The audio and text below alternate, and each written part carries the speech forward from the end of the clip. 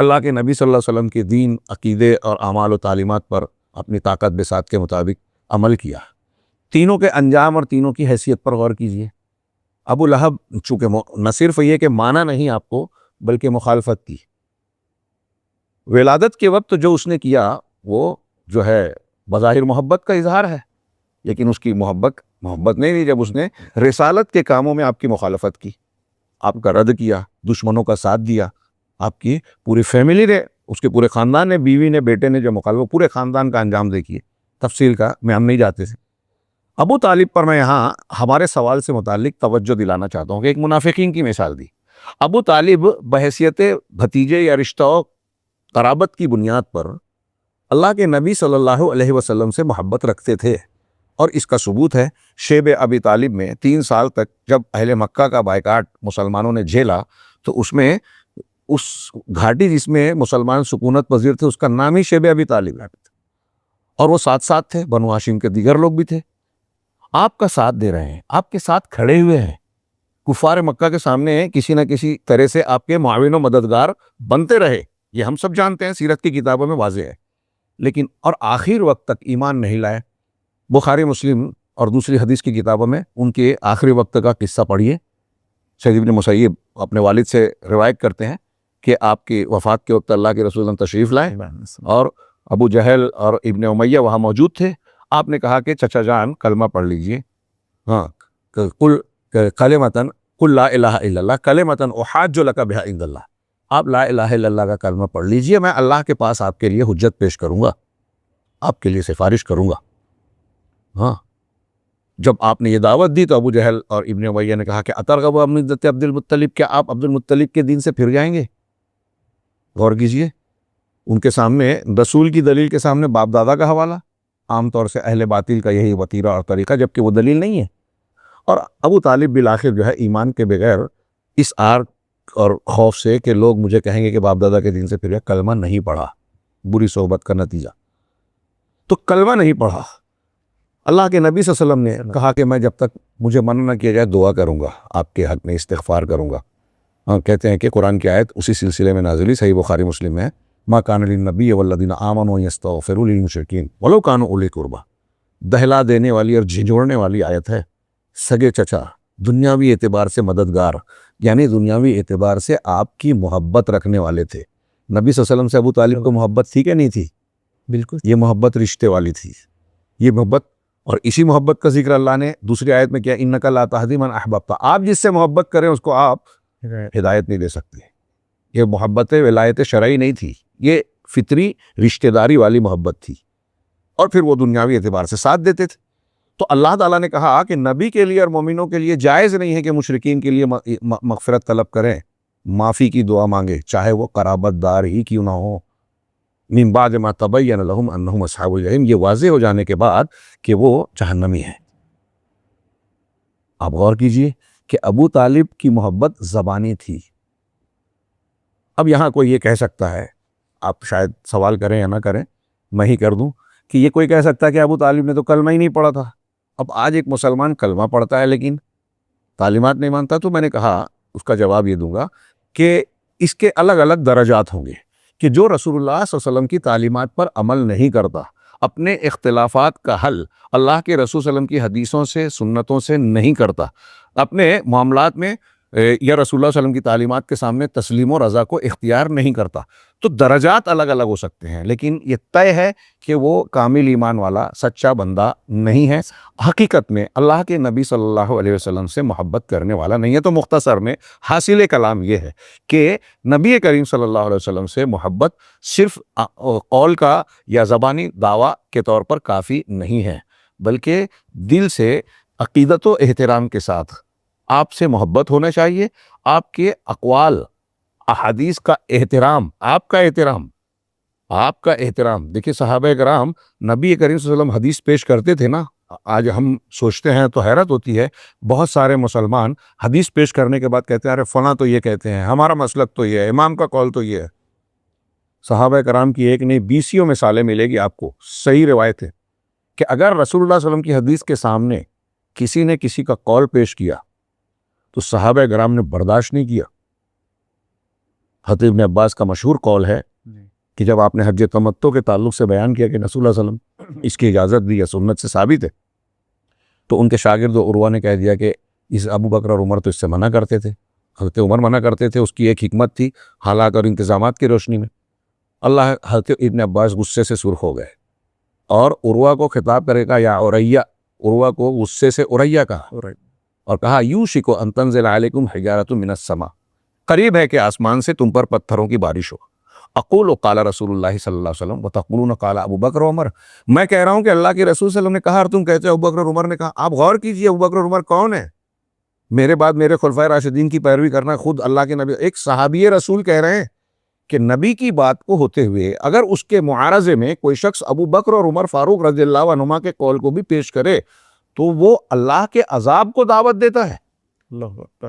اور یہ بات حضرت ابن عباس اپنی طرف سے نہیں کہہ رہے ہیں بلکہ یہ قرآن میں ہے نا، ہاں، قل ان کان آباؤکم و ابناؤکم و اخوانکم، ہم اس آیت کو بعد میں ذکر کر لیں گے، کوئی اگر سوال یا مناسبت رہی تو اس میں کہا کہ اگر کوئی چیز اللہ کے اور اس کے رسول سے زیادہ محبوب ہو تو اللہ کے عذاب کا انتظار کرنا چاہیے۔ اب آپ اللہ کے رسول صلی اللہ علیہ وسلم سے محبوب کے قول کے سامنے اگر کسی کا قول پیش کرو، اب یہاں تو معارضے کی بات ہے، بعض اقوال ایسے ہیں کہ اگر اللہ کے رسول بعض روایتیں ملے گی کہ اللہ کے رسول صلی اللہ علیہ وسلم کی بات کی موافقت میں کسی دوسرے کا قول پیش کیا تو صحابہ ناراض ہو گئے۔ مجھے یاد پڑتا ہے صحیح مسلم ہی میں ہے، حضرت عمران بن حسین نے ایک حدیث بیان کی کہ حیا خیر ہی لاتی ہے، ایمان کا حصہ ہے، الحیاء لا یاتی الا بخیر، اس طرح کے الفاظ ہیں، ہاں جی۔ تو کسی نے مجلس میں کہہ دیا کہ ہاں یہ حکمہ کا بھی قول ہے، اس پر عمران بن حسین ناراض ہو گئے اور غصے سے اس کو مجھے کہا کہ تم اس لائق ہو کہ تم کو کوڑا مارا گیا، سزا دی جائے۔ نبی کی بات، یہ نبی کا مقام، آپ کی محبت اور احترام کا یہ درجہ ہے کہ اللہ کے نبی صلی اللہ علیہ وسلم کی یہ بات جب آ جائے تو بندہ سر جھکا دے، اسے قبول کر لے۔ تو آپ نے جو سوال کیا، نبی کی محبت کے لیے لازم ہے کہ آپ کی خبروں کو سچا دل سے مانے، زبان سے اقرار کرے، آپ کے جو ہے اقوال اور افعال کو جو ہے اس کو آپ کے اوامر پر عمل کرے اپنی طاقت کے مطابق، نواہی سے ممنوعات سے بچے۔ یہاں میں اشارہ کر دوں اختصار کے ساتھ کہ جس طریقے سے لا الہ الا اللہ کو ماننے کی 7 شرطیں اور بعض علماء نے 8 شرطیں بیان کی ہیں، یقین ہو، علم ہو، اخلاص ہو، قبول ہو، صدق ہو، محبت ہو، قبول، ہاں، یہ انقیاد، اس 7 شرطیں جس طریقے سے لا الہ الا اللہ کے صحیح ہونے کے لیے ضروری ہے، ٹھیک یہی 7 شرطیں محمد الرسول اللہ صلی اللہ علیہ وسلم کے یہ بھی ماننے کے لیے بھی ضروری ہے، جس میں علم و یقین کے ساتھ آپ غور کیجئے کہ انقیاد کا معنی ہوتا ہے تابعداری، کہ آپ رسول کو محمد الرسول اللہ جب کہہ رہے ہیں تو آپ کا ماننا اس وقت اللہ کے یہاں قابل قبول یا وزندار ہوگا، صحیح ہوگا، جب آپ انقیاد کر رہے ہیں رسول اللہ صلی اللہ علیہ وسلم کے۔ اللہ عالم، یہ میں ایسا سمجھتا ہوں کہ ان سوالوں کے جواب میں جتنا کہا جائے کم ہے، لیکن میں سمجھتا ہوں جتنا میں نے بیان کیا اس میں مقصود حاصل ہو جاتا ہے۔ نبی کریم صلی اللہ علیہ وسلم کی اتباع سے متعلق اور بھی دلیل ہے، اسی طرح درود شریف لیجئے یا سیرت کا مطالعہ لیجئے، تو ان چیزوں، یہ چیزیں ایک انسان کی زندگی میں کیا کردار نبھاتے ہیں۔ درود تو ابھی اشارے میں ایک سوال کے جواب میں ہم نے تذکرہ کیا کہ درود کا تو کئی مقامات پر اللہ تبارک و تعالیٰ نے، رسول اللہ صلی اللہ علیہ وسلم نے فرض کا حصہ یا فرض کیا ہے، جیسے میں نے کہا نماز میں، تشہد میں، ہم تشہد اخیر میں التحیات کے بعد درود بھی پڑھتے ہیں، نماز جنازہ کا ایک حصہ ہے۔ اللہ کے نبی صلی اللہ علیہ وسلم کا نام جہاں لیا جائے، آپ کا ذکر ہو، تو وہاں بھی جو شخص درود نہ بھیجے، حضرت جبرائیل نے اسے بد دعا دی ہے۔ منبر پر چڑھتے ہوئے جو 3 مرتبہ آمین کہا رسول اللہ صلی اللہ علیہ وسلم نے، وہ حدیث آپ جانتے ہیں، رمضان مل جائے اور جو مغفرت نہ کروائے، والدین مل جائے اور جنت نہ واجب کرا لے، اسی کو کہا کہ رسول اللہ صلی اللہ علیہ وسلم کا نام آئے اور کوئی درود نہ بھیجے تو اس پر اللہ کی لعنت، اللہ کی رحمت سے دور ہو، تو اللہ کے رسول نے کہا آمین۔ تو درود بھیجنا اللہ کے رسول صلی اللہ علیہ وسلم کے حقوق میں سے ایک حق ہے۔ شریعت میں کچھ مقامات پر درود بھیجنا، آپ پر درود السلام بھیجنا فرض ہے، کئی مقامات پر مسنون اور فضیلت کا کام ہے۔ نبی کریم صلی اللہ علیہ وسلم نے اس اور ابھارا ہے، ترغیب دی ہے، خاص طور سے آپ نے فرمایا جمعہ کے دن مجھ پر زیادہ سے زیادہ درود بھیجا جائے، اور اس کی بڑی فضیلت بیان کی گئی ہے کہ جو درود صرف پڑھتا رہے گا تو اللہ تعالیٰ اس کے ضروریات کو پورا کرے گا۔ اس کی فضیلت میں مختلف اذکار ہیں، لیکن اس سلسلے میں بھی میں نے دیکھا کہ ہمارے یہاں ایسے مقامات پر درود پڑھنے کا اہتمام کیا جاتا ہے جہاں شرعی طور پر عبادات میں اس کا ذکر نہیں ہے، میت کی تدفین اور اس کے بعد کچھ قدم چل کے اور پتہ نہیں کیا کیا اس طرح کی محفلیں اجتماعی طور سے کچھ درود بھیجے جاتے ہیں. کچھ ایسے درود بنائے گئے جن کو الگ الگ فضیلت بنائے کہ فلاں سلسلے کی یہ چشتیہ، قادریہ، نقشبندیہ، سہروردیہ اور فلاں فلاں جو ہے اس میں سے الگ الگ لوگوں کے سلسلے کے اختیار کیے ہوئے کہ فلاں شیخ کو خواب میں یا ان کے کشف میں یہ درود آیا تھا اور یہ اس کی اتنی فضیلت ہے. تو ان سارے چیزوں کے تناظر میں عرض کروں گا کہ سب سے بہترین درود کے کئی صیغے ہو سکتے ہیں جب تک کہ شریعت کے خلاف صحابہ کرام سے کئی صیغے، سب سے بہترین درود ہم وہ مانیں گے جو خود اللہ کے نبی جناب محمد رسول اللہ صلی اللہ علیہ وسلم نے بتایا ہے. آپ سے زیادہ جامع کلام کسی کا کلام ہو ہی نہیں سکتا، لہٰذا اس پر اکتفا کرنا چاہیے. سیرت کا سیرت کا مطالعہ، کیا کردار ہے؟ سیرت کا مطالعہ جب ہمارے لیے اللہ کے نبی صلی اللہ علیہ وسلم کو اللہ نے اسوہ قرار دیا، جب آپ کی اطاعت کو فرض قرار دیا، جب حکم دیا کہ آپ کی اطاعت کرو، جب کہا کہ ما آتاکم الرسول فخذوہ وما نہاکم عنہ فانتہوا، جو رسول دے لے لو، جس سے منع کیا رک جاؤ. ان سارے احکامات پر ہم عمل اسی وقت کر سکتے ہیں جب سیرت پڑھیں گے، جب ہمیں پتہ ہی نہیں چلے گا کہ رسول اللہ صلی اللہ علیہ وسلم کے معاملات کیا تھے، آپ اللہ کے ساتھ معاملات کیا تھے، بیویوں کے ساتھ، دوست و احباب یا اپنے رعایا یا قوم کے ساتھ آپ کے معاملات کیا تھے، اور مختلف زندگی کے معاملات میں نماز پڑھنے کے کیا طریقہ تھا آپ کا، روزہ کس طرح رکھتے تھے، حج کی کیا تفصیلات ہیں، آپ کی سنتیں کیا ہے. جب ہم یہ جانیں گے ہی نہیں تو اس پر عمل کیسے کر پائیں گے؟ بالکل صحیح. اور یہ کیسے جانیں گے؟ جب آپ کی حدیثیں اور آپ کی سیرت پڑھیں گے. اور نبی کریم صلی اللہ علیہ وسلم کی سیرت انسان کی روحانی غذا ہے. میں اگر موقع ہو تو ایک واقعے کی طرف اشارہ کروں.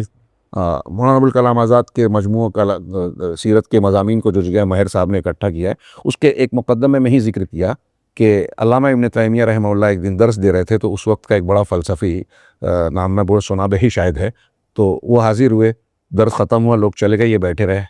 شیخ الاسلام علامہ ابن تیمیہ سمجھ گئے کہ ان کو کوئی ضرورت ہے، پوچھا کیا کوئی کام ہے؟ کہا میں آپ سے بات کرنا چاہتا ہوں.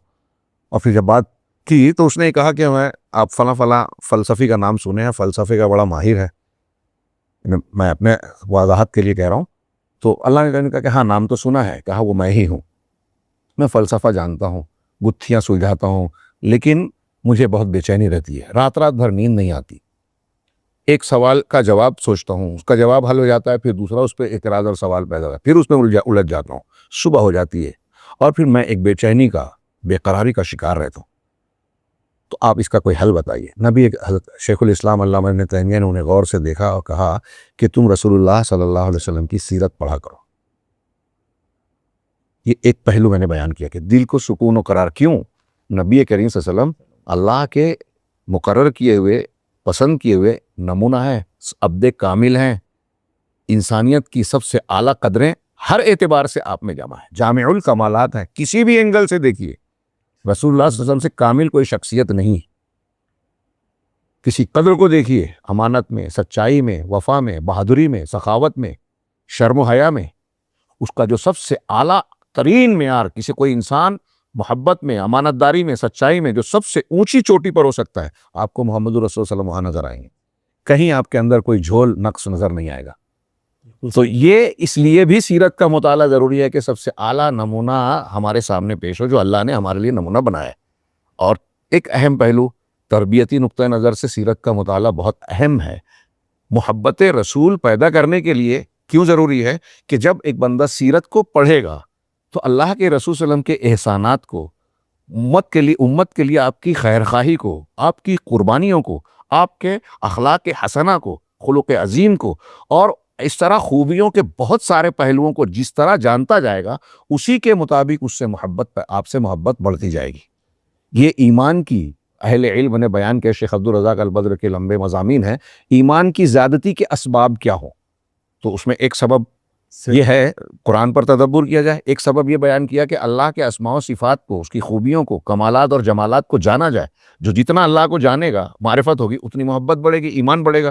ایسے ہی رسول اللہ صلی اللہ علیہ وسلم کی سیرت کا مطالعہ کیا جائے تو جو سیرت کا جتنا مطالعہ کرے گا اتنا آپ سے محبت کرنے والا بنے گا. اور آج کے تناظر میں آپ کے چینل سے اگر میرا یہ پیغام جائے کہ نئی نسل کی اگر تربیت کرنی ہے تو ماں باپ سرپرستوں کو لازم ہے کہ وہ اپنے بچوں کو اگر سدھارنا چاہتے ہیں تو جناب محمد رسول اللہ صلی اللہ علیہ وسلم کی سیرت کا مطالعہ کرائیں، بتائیں، واقعات سنائیں. یہ بہت بہت ضروری ہے اور تربیت میں، ایمان کو بڑھانے میں اور رسول اللہ صلی اللہ علیہ وسلم سے محبت پیدا کرنے میں بہت بڑی مددگار چیز ہے. ہم نے سیرت نہیں پڑھائی اللہ کے رسول صلی اللہ علیہ وسلم کی، صحابہ کی، اسی لیے آج کی نئی نسل مسلمان ہوتے ہوئے کسی فلم ایکٹر کو، کسی کھلاڑی کو، کسی ٹی وی سیریل کے کسی آدمی کو یا زندگی کے مختلف میدان میں جن کو دین کا علم نہیں ہے ان کو اپنا ہیرو اور آئیڈیل نمونہ مان لیتے ہیں. تو سیرت کا مطالعہ اس اعتبار سے میں سمجھتا ہوں کہ ہر مسلمان کے لیے لازم ہے کہ اس کے بغیر وہ دین کے مقاصد اور اپنے ایمان کے مقاصد و مطالب کو پورا نہیں کر سکتا. جی جزاکم اللہ شیخ. شیخ ایک اور سوال ہے کہ ایک عام مسلمان اپنے نبی سے کیسی محبت کرے؟ اس سوال کا مختصر سا جواب ہم یوں دے سکتے ہیں کہ ایک مسلمان کو نبی کریم صلی اللہ علیہ وسلم سے ویسے ہی محبت کرنی چاہیے جیسے اللہ نے قرآن میں، رسول اللہ صلی اللہ علیہ وسلم نے احادیث میں بیان کی، اور جیسے صحابہ کرام رضوان اللہ علیہم اجمعین نے اختیار کیا. یعنی صحابہ نے جیسے محبت کی ویسے ایک مسلمان کو محبت کرنے کی پوری کوشش کرنی چاہیے. شیخ صحابہ نے جو نبی کریم صلی اللہ علیہ وسلم سے محبت کی تو ان کی محبت کیسی تھی؟ اللہ کے نبی صلی اللہ علیہ وسلم کے اصحاب کرام کی پوری زندگی محبت رسول کی شکلوں میں یا تعلیمات کے سلسلے میں بڑی تفصیل کی متقاضی ہے. میں اختصار کے ساتھ قاضی عیاض نے ایک قول پیش کروں. قاضی عیاض نے شفا میں، اپنی کتاب الشفا میں ایک حضرت علی رضی اللہ تعالیٰ عنہ کی روایت پیش کی. ان سے یہی سوال کیا گیا کہ تم لوگ یعنی صحابہ، آپ لوگ اللہ کے رسول صلی اللہ علیہ وسلم سے کیسی محبت کرتے تھے یا کتنی محبت کرتے تھے؟ اس طرح کا سوال تھا. تو حضرت علی رضی اللہ تعالیٰ عنہ نے جواب دیا کہ اپنے ماں باپ سے زیادہ، اپنی جان سے زیادہ، اپنے بال بچوں سے زیادہ، اور انتہائی شدید پیاس کی حالت میں ٹھنڈے پانی کی خواہش سے زیادہ ہم اللہ کے رسول صلی اللہ علیہ وسلم سے محبت کرتے تھے. یہ ایک جواب ہوا. اب صحابہ کرام کی زندگی میں ہم دیکھیں تو کیسے کرتے تھے، تو ہم یہ کہیں گے کہ اللہ کے رسول صلی اللہ علیہ وسلم کی خالص اطاعت، آپ کی اتباع، یہ ایک نقطہ ہے. اس پر آپ کتابیں لکھ سکتے ہیں کہ صحابہ کرام کس طریقے سے، سیدنا ابوبکر صدیق، عمر فاروق، کیسے اللہ کے نبی صلی اللہ علیہ وسلم کی کوئی سنت مل جاتی تو بغیر کسی تردد کے کامل اطاعت کی بات کرتے تھے، کامل تسلیم و رضا. آپ کی بات پر کوئی چوں چرا اعتراض نہیں. کبھی کسی نے کسی وجہ سے اگر کوئی سوال کیا، جیسے حضرت عمر فاروق نے حدیبیہ کے موقع پر صلح پر سوال اٹھائے، بعد میں بہت شرمندہ تھے جب قرآن نازل ہو گیا، اور اس کے کفارے کے لیے خوب توبہ کرتے تھے، صدقہ و خیرات کرتے تھے. پڑھیے سیرت کی کتابوں میں. تو کامل اطاعت، کامل تسلیم و رضا، ہاں، اور سراپا فدائیت. نبی کریم صلی اللہ علیہ وسلم کے لیے فدائیت کہ ایک شخص سولی چڑھایا جا رہا ہے، اس سے پوچھ، آنکھ میں آنسو آ گئے. لوگوں نے کہا کہ کیا تم اس وقت پسند کرو گے کہ تمہاری جگہ محمد صلی اللہ علیہ وسلم کو سولی دے دی جائے، تم کو چھوڑ دیا جائے؟ کہا یہ کیا کہہ رہے ہو؟ اللہ، اگر میرے جسم کے ہر حصے میں، بال بال میں جان ہو جائے اور سب کو سولی دے دی جائے، مار ڈالا جائے، یہ گوارا ہے. لیکن اس کے مقابلے میں یہ گوارا نہیں ہے کہ محمد رسول اللہ صلی اللہ علیہ وسلم جس مقام پر ہے وہاں آپ کے پیروں میں کانٹا چبھ جائے. اللہ اکبر، یہ فدائیت کا جذبہ. سبحان اللہ. احد میں دیکھیے آپ کی طرف آنے والے تیروں کو بعض صحابہ، حضرت ابو طلحہ، ابو دجانہ، کئی صحابہ کا عمل، حضرت طلحہ بن عبید اللہ اپنے سینوں پر، ہاتھوں پر اپنے اللہ کے نبی صلی اللہ علیہ وسلم کی طرف آنے والے تیروں کو اور ہتھیاروں کو لے رہے ہیں. ایسی فدائیت کیا کوئی پیش کر سکتا ہے دنیا میں؟ ہاں، جب حدیبیہ کے وقت کیا نام ہے ان کا جو مسودہ لکھنے گئے تھے، سہیل، حضرت سہیل اس وقت مسلمان نہیں ہوئے تھے. اس وقت جب اس سے پہلے وہ جو ابو مسعود یا کون گئے تھے، تو انہوں نے واپس آ کے اہل مکہ سے کیا کہا تھا کہ مکہ والو جو ان کے بارے میں خبر دینی تھی، کہا کہ محمد صلی اللہ علیہ وسلم کی مخالفت مت کرو. میں نے دیکھا ہے کہ اصحاب محمد محمد صلی اللہ علیہ وسلم سے ایسی محبت کرتے ہیں جیسی دنیا کے کوئی بادشاہ، میں کیسر و کسریٰ اور مختلف بادشاہوں کو دیکھ چکا ہوں، لیکن ان کے ماننے والے، ان کے درباری ان سے ویسی محبت، ان کا ویسا احترام نہیں کرتے جیسے اصحاب محمد صلی اللہ علیہ وسلم سے کرتے ہیں۔ اللہ کی قسم، وہ وضو کرتے ہیں تو پانی زمین پر نہیں گرنے دیتے، آپ لعاب دہن نکالتے ہیں، مطلب تھوکنا جسے ہم کہتے ہیں، تو صحابہ کرام اپنے ہاتھوں پہ اپنے بدن پر لیتے ہیں۔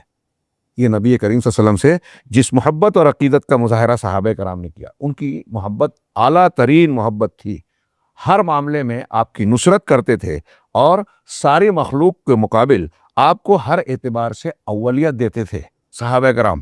یعنی کسی کے قول کو آپ کے قول سے آگے بڑھا دیں، ہو ہی نہیں سکتا، بلکہ آپ کے برابر بھی پیش نہیں کر سکتے۔ آج کتنے مسلمان ایسے ہیں کہ رسول اللہ علیہ وسلم کی حدیث کے مقابلے میں دوسروں کی بات مان لیتے ہیں، وہ محبت رسول کا تقاضا نہیں سمجھتے۔ آپ کی ما آتاکم الرسول فخذوہ، اطیعوا الرسول، ان سارے احکامات کو بجا لانے میں صحابہ کرام کی زندگیاں آپ کو ایک دم اعلیٰ درجے کی نظر آئے گی۔ اسی طرح کے جیسے یہ کرتے تھے، اللہ کے رسول صلی اللہ علیہ وسلم کی شان میں کوئی گستاخی کرے صحابہ کرام برداشت نہیں کرتے تھے، آپ کے دشمنوں سے دشمنی رکھتے تھے، آپ کی سنت کی مخالفت کرنے والوں سے ناراض ہوتے تھے، نفرت، چاہے بیٹا ہی کیوں نہ ہو۔ حضرت بلال سے حضرت عمر فاروق نے کہا، عورتوں کو، حضرت ابن عمر نے کہا کہ اللہ کے رسول صلی اللہ علیہ وسلم نے کہا کہ عورتوں کو مسجد بھیجنا چاہیے، ان کو روکو مت۔ ان کے ایک بیٹے نے کہہ دیا کہ فتنے کا دور ہے، نہیں کہا تم سے بات نہیں کروں گا، بہت سخت سست کہا، بخاری مسلم کی حدیث میں بہت سخت سست کہا، اور مسند احمد کی روایت میں ہے کہ ان سے کہا کہ میں بات نہیں کروں گا، اور زندگی بھر بات نہیں کی۔ نبی صلی اللہ علیہ وسلم کا فرمان میں پیش کر رہا ہوں اور تو اس کی مخالفت کر رہا ہے۔ اس طرح کی مثالیں نظیر، ابھی میں نے ایک سوال کے جواب میں حضرت ابن عباس کا قول پیش کیا، اس تناظر میں، اور وہ آیت کی طرف اشارہ کیا تھا سورہ توبہ کی، کہ اگر تمہارے کل ان کان آباؤکم و ابناؤکم و اخوانکم و ازواجکم، پڑھیے وہ آیت۔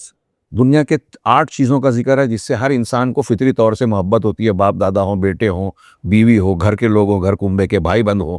اموال اقترفتموها، وہ مال جو تم نے کمایا ہے، وہ تجارت، دھندا، کاروبار جس کے کساد کا، مندی کا تمہیں ڈر ہوتا ہے، وہ گھر جس کو تم پسند کرتے ہو، وہ مساکن ترضونھا، اگر یہ چیزیں احب الیکم، زیادہ محبوب ہو تمہارے نزدیک، من اللہ و رسولہ و جہاد فی سبیلہ فتربصوا، اللہ سے، اس کے رسول سے، اور اللہ کے راستے میں وہ قربانی دینے سے۔ غور کیجئے، اللہ کے ساتھ رسول سے زیادہ اگر باپ دادا سے محبت ہے، بیوی بچوں سے محبت ہے، گھر بار سے، دھندے تجارت سے محبت ہے، تو اللہ کہہ رہا ہے کہ اگر یہ زیادہ محبوب ہے، احب الیکم من اللہ و رسولہ و جہاد فی سبیلہ فتربصوا، تو انتظار کرو، حتی یاتی اللہ بامرہ، یہاں تک کہ اللہ اپنے حکم کو، یعنی عذاب کو لے آئے۔ یہ صحابہ کرام اس کو اچھی طرح سے اپنے رگ و ریشے میں پیوست رکھتے تھے، لہٰذا آپ دیکھیں گے کہ وہ اپنے ماں باپ سے، اپنی جان سے زیادہ اللہ کے رسول صلی اللہ علیہ وسلم کو چاہتے تھے، اور اس محبت کا ثبوت ان کی زندگیوں میں یوں ملتا ہے کہ آپ کی سنتوں کو دیگر تمام چیزوں کے مقابلے میں ترجیح دیتے تھے، آپ کے قول کو سب سے اعلیٰ، سب سے سچا مانتے تھے، آپ کی خبروں کی تصدیق کرتے تھے۔ تو صحابہ کرام نے جس طریقے سے اطاعت، اتباع، رسول اللہ صلی اللہ علیہ وسلم کا ادب و احترام کیا، آپ کے لیے فدائیت کا جذبہ رکھتے تھے، آپ کے دین کے لیے سب کچھ کرنے کی، قربانیاں دینے کی ان کے اندر ایک کیا کہیں گے، امنگ تھی، وہ محبت رسول کا تقاضا ہے، اور اس طریقے سے محبت کرنی چاہیے، ہماری جیسی طاقت ہے اس کے مطابق۔ جزاکم اللہ شیخ۔ جیسا کہ شیخ آج کل نوجوان سیرت النبی سے دور بھاگ رہے ہیں، اور اس سلسلے میں سوال یہ ہے کہ نوجوان نسل کو سیرت النبی سے کیسے جوڑا جا سکے تاکہ ان کے دلوں میں جو ہے نبی کریم صلی اللہ علیہ وسلم سے محبت پیدا ہو جائے، تو اس سلسلے میں کچھ بتائیں گے نوجوان نسل کو؟ نوجوانوں کو سیرت النبی سے کیسے جوڑا جائے، جی، یہاں بھی میں پہلے جواب سے ایک چیز کو جوڑوں گا کہ اس سلسلے میں بھی خود نبی کریم صلی اللہ علیہ وسلم کا جو طریقے تربیت و تزکیہ ہے، اللہ کے نبی صلی اللہ علیہ وسلم نے صحابہ کرام کی تربیت کی نا، یتلو علیہم آیاتہ ویزکیہم ویعلمہم الکتاب والحکمہ، یہ اللہ کے نبی صلی اللہ علیہ وسلم کی سنت کا نصاب ہے، کسی کی اصلاح کرنے کے لیے، اس کو بہتر اور بنانے اور اچھا بنانے کے لیے، ترقی دینے کے لیے، کہ تلاوت قرآن کی جائے، تزکیہ کیا جائے۔ تزکیہ میں صفائی ہے، تربیت کا مفہوم شامل ہے، ہر گندی چیز دل سے صاف ہو، اچھی چیزیں دل میں آ جائیں، عمل میں آ جائیں، اور کتاب اور حکمت کی تعلیم، تلاوت الگ ہے، تعلیم الگ ہے، وہ بھی شامل ہے۔ اللہ کے نبی اب اللہ کے نبی صلی اللہ علیہ وسلم نے جو تربیت کی، 23 سالہ زندگی میں صحابہ کرام کا معاشرہ وجود میں آیا نتیجے کے طور پر، جو پوری انسانی تاریخ میں بے مثال ہے۔ غیر مسلموں کو بھی 100 کے مصنف سے لے کے متعدد لوگوں کو اعتراف ہے کہ نبی کریم صلی اللہ علیہ وسلم نے انسانی تاریخ کا جو دھارا موڑا، جو انسانیت پر اور پوری دنیا کے انسانوں پر جو اثر ڈالا، دنیا میں کوئی اس کی مثال نہیں ہے۔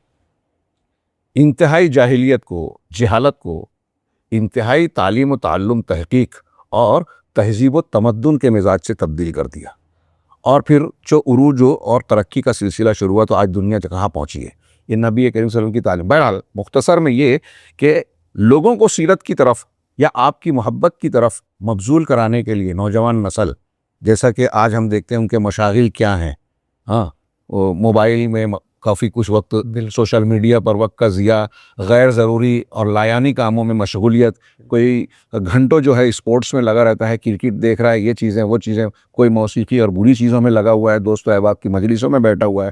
تو اس کے لیے ان چیزوں کی اصلاح کے لیے ضروری ہے، میں نے اشارہ کیا نبی صلی اللہ علیہ وسلم کی تربیت کا جو نبوی طریقہ ہے اور صحابہ نے جس کو اختیار کیا اسی کو ہم اختیار کریں۔ تربیت کیسے ہو تو میں چند نکات کوئی تفصیل کے بغیر انتہائی اختصار سے کہوں کہ تربیت کے لیے سب سے پہلے قرآن سے جوڑ کر اللہ تبارک و تعالیٰ پر ایمان اور توحید پر محنت کی جائے۔ توحید سب سے زیادہ اچھی تربیت کرتی ہے۔ اللہ کا ڈر ہوگا تو آدمی گناہ سے بچے گا، اللہ سے محبت ہوگی تو نیکی کرے گا، اللہ سے امید ہوگی تو اللہ کے دین کی طرف پلٹے گا، اللہ پر توکل ہوگا تو بہادری آئے گی۔ اس طریقے سے توحید پر محنت کی جائے، معرفت رب، توحید اور عقیدے اور ایمان پر محنت کی جائے۔ دوسرا یعنی یہ نبی صلی اللہ علیہ وسلم کا یا تمام انبیاء کی تربیت کا طریقہ ہے کہ پہلے عقیدے پر محنت کی جائے، دوسرے نمبر پر قرآن و حدیث سے جوڑا جائے، اللہ کے رسول صلی اللہ علیہ وسلم کی اطاعت، اور گھر کو تربیت کا ماحول دیا جائے، لوگوں کے سامنے ایسی چیزوں کو پیش کیا جائے، اپنی مشغولیت اختیار کی جائے جو مفید ہو۔ اگر ماں باپ خود ٹی وی سیریل دیکھ رہے ہوں، موبائل پر گندے پروگرام یا اسپورٹس کے شائقین ہوں، شوق رکھنے والے ہوں، تو آپ کیسے سوچ سکتے ہیں کہ باپ جو ہے وہ کرکٹ دیکھ رہا ہے تو بیٹا جو ہے وہ کسی بڑے عالم کا درس سنے گا، بالکل صحیح، مسجد میں جائے گا؟ ایسا نہیں ہو سکتا۔ تو گھر میں تربیت کا ماحول بنانا، نمونہ بنانا یہ ضروری ہے۔ پھر اللہ کے نبی صلی اللہ علیہ وسلم کی سیرت سے، جیسے پہلے سوال میں تھا کہ اس سے کیسے لگاؤ جائے، ایک چھوٹے بچوں کو کہانی سننے کا بڑا شوق ہوتا ہے، اور اس کے لیے لوگوں نے کتابیں لکھی۔ کیا کیا کرتے ہیں آج کل، ایک سازش اور منظم طریقے سے کارٹون بنایا جاتا ہے۔ ہمارے گھروں میں پرانا ایک طریقہ تھا، وہ آج اختیار کرنے کی ضرورت ہے کہ اللہ کے نبی صلی اللہ علیہ وسلم اور صحابہ کرام کی سیرت کے واقعات سنائے جائیں، انبیاء کے قرآنی واقعات سنائے جائیں۔ اس کا بہت ہی مثبت اور اچھا اثر پڑتا ہے۔ اسے چھوڑ کر لوگ الٹی سیدھی جھوٹی سچی کہانیاں سناتے ہیں۔ سچے واقعات اور ایسے واقعات ہمارے اسلاف کے بھی جس میں محبت رسول کے جذبات نمایاں ہوں، وہ بیان کیے جائیں۔ سیرت اسی طریقے سے نبی کریم صلی اللہ علیہ وسلم کی سیرت اور شخصیت سے متعلق جو ہے وہ جو ہے ہم کتابیں اپنے گھروں میں رکھیں، اس کو پڑھنے کی ترغیب دیں۔ اگر موبائل ہے تو موبائل پہ وہ چیزیں پڑھنے کی۔ پھر بچے کو مسجد سے جوڑا جائے، 7 سال کا ہو جائے تو نماز کے لیے لے جائیں، 10 سال کا ہو جائے تو نہ جانے پہ ماریں، خطبہ جمعہ، دروس اس میں شریک کروائیں، اور ہو سکے تو علماء سے جوڑیں۔ کون سے علماء؟ جو واقعی متقی، پرہیزگار اور قرآن و حدیث کا علم رکھنے والے ہیں، علماء سو یا بدعتی نہیں۔ یہ ان کی جو تربیت اور ماحول وہاں بنے گا، اس سے دین کی طرف شوق ہوگا۔ نبی صلی اللہ علیہ وسلم کی اور انبیاء اور اس کے بعد نبی کے بعد جن سے نیک صالح لوگوں سے محبت ہونی چاہیے، وہ محبت پیدا ہوگی، ان کے زندگیوں کو جاننے پڑھنے کا شوق ابھرے گا۔ اچھے استاذ کا ہو سکے تو انتظام کیا جائے، اچھا مدرسہ اختیار کیا جائے، اور ان ساری چیزوں کے ساتھ جو ایک انتہائی ضروری چیز ہے کہ بری صحبت سے بچایا جائے۔ بعض علماء نے لکھا کہ تربیت کے لیے انتہائی ضروری ہے کہ بچے کو بری صحبت سے بچایا جائے۔ اچھی صحبت ہو تو اصحاب کہف کا کتا بھی کرامت والی لمبی نیند 300 سال کی عمر پایا۔ بری صحبت ہو تو نبی کی بیوی حضرت لوط کی بیوی بھی عذاب کا شکار ہوئی قوم کے ساتھ۔ ان کی صحبت کے اثرات کے 2 حصے، 2 نمونے پیش کیے جا سکتے ہیں۔ تو یہ میں نے مختصر سی بات عرض کی کہ ہمارا تربیتی ڈھانچہ قرآن و حدیث کی روشنی میں اور صحابہ کرام کے تعامل کی روشنی میں اگر ہم اختیار کریں تو یقینی طور سے ہمارے بچوں میں جناب محمد رسول اللہ صلی اللہ علیہ وسلم سے محبت اور آپ کی سیرت کے مطالعے کا ذوق پیدا ہوگا۔ جی جزاکم اللہ شیخ۔ ایک آخری سوال ہے کہ محبت رسول صلی اللہ علیہ وسلم کے کیا فائدے ہیں؟ محبت رسول کے فائدے یہ جہاں چیز ہے کہ اللہ و قلم تیرے کہ محمد سے وفا تو نے تو تیرے ہیں تو ہم تیرے ہیں۔ اللہ رب العالمین نے کہا قل ان کنتم تحبون اللہ فاتبعونی۔ میں نے شروع میں پہلے سوال کے جواب میں کہا کہ اللہ سے محبت توحید کی بنیاد ہے۔ وہ ایک اچھی خاصی لمبی چوڑی تفصیل کی متقاضی ہے، اس پر کتابیں لکھی ہیں بعض علماء نے۔ اور اللہ سے محبت رسول سے محبت و اطاعت کے بغیر نہیں ہو سکتا۔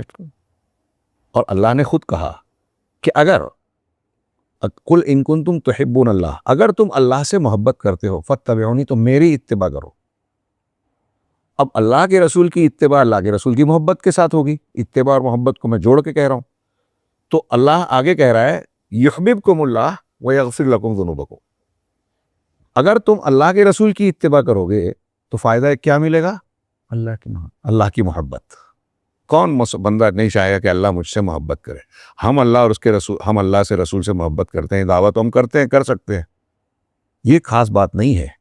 اہم بات یہ ہے کہ اللہ ہم سے محبت کرے۔ بالکل اللہ نے یہ کہا صحابہ کرام کے بارے میں کہ اللہ ان سے راضی ہو گیا، یہ کوئی چھوٹی بات نہیں ہے۔ رضا محبت کے ساتھ ہے۔ ہم اللہ کے صبح و شام کے اذکار میں کہا رضیت باللہ ربا وبالاسلام دینا ومحمد صلی اللہ علیہ وسلم نبی، یہ تعلیم دی گئی محبت رسول کی دلیلوں میں، اس کو بھی شامل کر لیجیے۔ محمد کے نبی ہونے پر راضی ہیں، تو راضی ہونے کا مطلب کیا کہ نبی کی حیثیت سے آپ نے جو بھی تعلیم دی، جو بھی باتیں بتائی، وہ سب ہمیں قبول ہے۔ اللہ کہہ رہا ہے جب اس طرح سے رضامندی اور اطاعت ہوگی تو اللہ تم سے محبت کرے گا، تو محبت کا ایک محبت رسول کا ایک فائدہ اللہ کی محبت، اللہ کی محبت، مغفرت گناہوں کی بخشش، یہ دو چیزیں مل گئی تو دنیا اور آخرت کامیاب۔ جو اللہ کا محبوب ہوگا اسے دنیا کی کوئی ذات نقصان پہنچا پائے گی؟ ابراہیم علیہ السلام کی آگ جس طرح ٹھنڈی ہو گئی تھی، ہماری خلاف جلائی گئی، آگے بھی ٹھنڈی ہو سکتی ہے۔ ہاں اللہ چاہے تو آزمائش کے طور پر تکلیفوں میں مبتلا کرے گا، لیکن رسوائی نہیں ہوگی، یہ ایک فائدہ۔ اسی طریقے سے نبی صلی اللہ علیہ وسلم کی اطاعت و محبت یہ معیار ہے کہ آپ ہدایت پر ہیں یا نہیں ہیں۔ یہ میں نہیں کہہ رہا ہوں، سورہ نور میں اللہ نے اللہ کی اطاعت کرو، رسول کی اطاعت کرو کا حکم دینے کے بعد اور اپنے اعمال کو ضائع نہ کرو۔ ہاں اگر تم نہیں مانتے تو رسول پر وہی ذمہ داری ہے جو اس کو سونپی گئی ہے، اور تم سے تمہارا سوال ہوگا۔ اس کے بعد ایک جملہ کہا اللہ تعالیٰ نے وَإِن تُطِيعُوهُ تَهْتَدُوا، کہ اگر تم نے رسول کی اطاعت کی تو ہدایت پا جاؤ گے۔ میں اکثر تقریروں میں ایک جملہ کہتا ہوں، یہاں بھی دہرا دوں کہ یہ رسول صلی اللہ علیہ وسلم کو جو مقام اللہ تعالیٰ نے دیا کہ جو کچھ دے لے لو، جس سے منع کر دے رک جاؤ، تمہارے لیے اللہ کے رسول صلی اللہ علیہ وسلم کی ذات میں بہترین نمونہ ہے۔ اگر تم ان کی اطاعت کرو گے تو ہدایت پا جاؤ گے۔ آپ کے ماننے کے لیے اتنی آیتیں اور بہت سی اور دلیلیں، اور آپ کے نہ ماننے کے نتیجے میں ابھی میں نے کہا کہ قرآن کی سورہ نور ہی کی ایک آیت اور ہے فَلْيَحْذَرِ الَّذِينَ يُخَالِفُونَ عَنْ أَمْرِهِ أَن تُصِيبَهُمْ فِتْنَةٌ أَوْ يُصِيبَهُمْ عَذَابٌ أَلِيمٌ، کہ جو لوگ رسول کے حکم کی، سنت کی مخالفت کرتے ہیں، یعنی آپ سے محبت نہیں کرتے، محبت کا معیار یہی ہے۔ آپ نے محبت کی علامت پوچھی تو اس میں ایک اہم سوال کا جواب یہ تھا، خود اللہ کے رسول نے کہا من اطاعنی فقط احبنی، جس نے میری اطاعت کی اس نے مجھ سے محبت کی۔ تو اسی تناظر میں دیکھیے کہ جو میرے حکم کی مخالفت کرتا ہے اسے ڈرنا چاہیے کہ انہیں فتنہ پکڑ لے یا دردناک عذاب۔ فتنے سے کی ایک تفسیر علماء نے کی کہ دنیا کا عذاب، آج ہم پر عذاب کئی قسم کے آ رہے ہیں، بے عزتی ہے، معاشی طور سے پریشانیاں ہیں، دشمنوں کا تسلط ہے، ہمارے خلاف قوانین بنا رہے ہیں، ہمارے اوقاف، ہمارے مدارس، ہماری مساجد خطرے میں ہیں، زبانی جمع خرچ کرتی ہے، مسلمانوں کا استعمال کرتے ہیں، ذلیل کرتے ہیں، بدنام کرتے ہیں، کیا نہیں ہے۔ اللہ تعالیٰ کہہ رہا ہے کہ فتنہ آئے گا رسول کی مخالفت کرو گے۔ ایک حدیث کی لمبی حدیث کا ایک ٹکڑا ہے وَجُعِلَ الذُّلُّ وَالصَّغَارُ عَلَى مَنْ خَالَفَ أَمْرِي، کہ جو میرے حکم کی، میرے امر کی مخالفت کرے گا اس پر ذلت اور بے عزتی، صغار، پستی جو ہے اس پر مسلط کر دی جائے گی۔ تو اطاعت رسول کا فائدہ، محبت رسول کا فائدہ یہ ہے کہ ہم ذلت سے، رسوائی سے، دنیا کی ان بے عزتیوں سے بچ سکتے ہیں، عذاب سے بچ سکتے، ورنہ فتنہ آئے گا اور دردناک عذاب آئے گا۔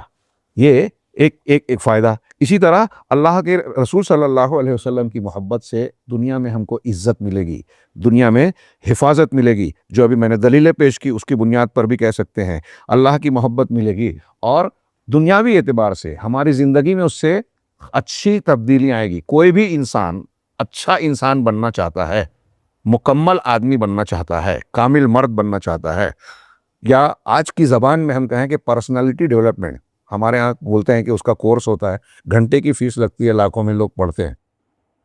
میں عرض کروں گا کہ نبی کریم صلی اللہ علیہ وسلم کی سیرت کا اور شخصیت کا، آپ کے طور طریقوں کا، رہن سہن کا، لباس کا، اٹھنے بیٹھنے کا انداز، آپ کے طور طریقے کو، سیرت کو پڑھ کر اگر کوئی آدمی اس کی خالص پیروی کرے تو پرسنالٹی ڈیولپمنٹ کا وہ استاذ اور نمونہ بن جائے گا. زندگی سمر جائے گی اس کی. سب سے بہترین انسان جب جناب محمد رسول اللہ صلی اللہ علیہ وسلم دنیا میں ثابت ہو چکے ہیں ہر اعتبار سے، عقلاً، شرعاً، تاریخی اعتبار سے، مسلمانوں کے علاوہ غیر مسلموں نے بھی اسے قبول کیا ہے، تو ظاہر سی بات ہے کہ آپ کے طریقے کو اختیار کرنے والا شخص سب سے اچھا انسان ہوگا. تو آپ خود یا آپ کے بال بچے چاہتے ہیں کہ اچھے انسان بنے تو رسول اللہ صلی اللہ علیہ وسلم کی محبت اور رسول اللہ صلی اللہ علیہ وسلم کی محبت کے تقاضے، یعنی آپ کی اطاعت، فرما برداری، آپ کا ادب و احترام کے ساتھ آپ کے حقوق کا لحاظ، یہ اختیار کیا جائے. تو اس طریقے سے شارٹ میں، مختصر میں کہہ سکتے ہیں کہ دنیا کے سارے خیر، اللہ کا رحم، اطیعوا اللہ واطیعوا الرسول لعلکم ترحمون، تاکہ تم پر رحم کیا جائے. یعنی اللہ کی رحمت چاہیے تو اللہ کے رسول کی اطاعت ضروری ہے. عزت چاہیے تو اللہ کے رسول کی اطاعت، عذاب سے بچنا ہے تو اللہ کے رسول کی اطاعت ضروری ہے. سعادت چاہیے، سکون چاہیے، اللہ کے رسول کی محبت اور اطاعت ضروری ہے. تو میں اختصار کے ساتھ جواب سمیٹوں کہ دنیا کی ساری بھلائیاں اطاعت محبت رسول سے جڑی ہوئی ہیں، آخرت کی ساری کامیابیاں محبت رسول سے جڑی ہوئی ہیں. اور جو محبت رسول نہیں رکھتا، رسول سے بغض رکھے، رسول کی حدیثوں کی مخالفت کرے، آپ کے احکامات کی مخالفت کرے، تو دنیا میں بھی اس کے لیے ڈر اور خوف اور عذاب ہے، آخرت میں بھی دردناک عذاب ہو سکتا ہے. جزاکم اللہ احسن الجزا شیخ، آپ نے اتنا وقت دیا.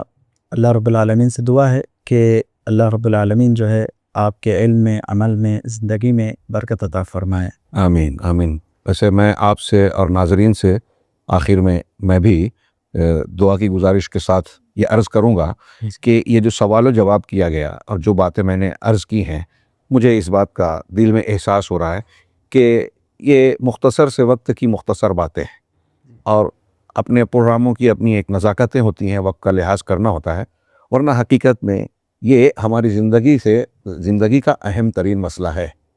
اللہ کی محبت، رسول کی محبت، اس کے بغیر ہمارا کام چل ہی نہیں سکتا، ہم کامیاب ہو ہی نہیں سکتے.